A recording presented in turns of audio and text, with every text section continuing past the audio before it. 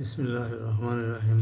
সম্মানিত দর্শক শ্রোতা ভাই এবং বোনেরা, পবিত্র আল কোরআনের 16 নম্বর সূরা আন-নাহলের 90 থেকে কয়েকটি আয়াত আপনাদের খেদমতে তেলাওয়াত করে শোনাবো।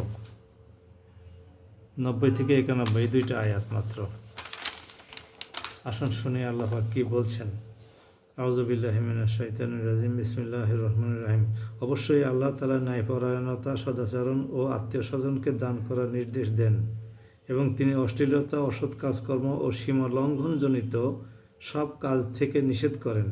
তিনি তোমাদের উপদেশ দেন এগুলো মেনে চলার। আশা করা যায় তোমরা এ থেকে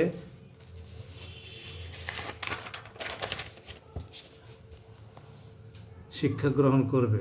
যখন তোমরা আল্লাহর নামে কোনো অঙ্গীকার করো তখন তা পূর্ণ করো এবং এ শপথ পাকাপোক্ত করে নেওয়ার পর তা ভঙ্গ করো না, কেননা এ শপথের জন্য তোমরা আল্লাহকে অভিভাবক বানিয়ে নিয়েছ। অবশ্যই আল্লাহ তাআলা জানেন তোমরা কি করো।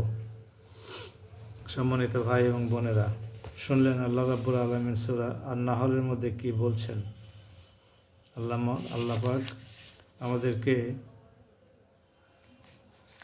তার অঙ্গীকার সমূহ, তারকে সাক্ষী রেখে যে সমস্ত অঙ্গীকারগুলো করা হয়েছে সেগুলো প্রতিপালন করার জন্য অনুরোধ করছেন, নির্দেশ দিচ্ছেন। অনুরোধ করে কি আল্লাহকে কেন অনুরোধ করতে যাবেন? আল্লাহকে আমাদের কাছে ধরা যে উনি আমাদেরকে অনুরোধ করতে যাবেন?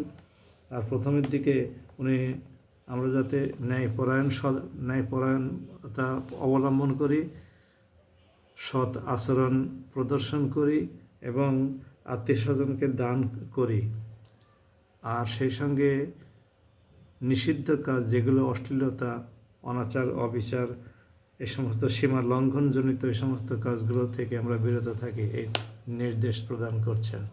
এই নির্দেশগুলো পালন করা ফরজ। আসুন মহান রাব্বুল আলামিনের এই নির্দেশগুলো আমরা যতটুকু সম্ভব মেনে চলার চেষ্টা করি, আর মেনে চলতে না পারলে সেই ব্যর্থতার জন্য মহান রাব্বুল আলামিনের দরবারে ক্ষমা প্রার্থনা করি। আল্লাহ অবশ্যই পরম ক্ষমাশীল এবং অত্যন্ত দয়ালু। সবাই ভালো থাকুন। আসসালামু আলাইকুম।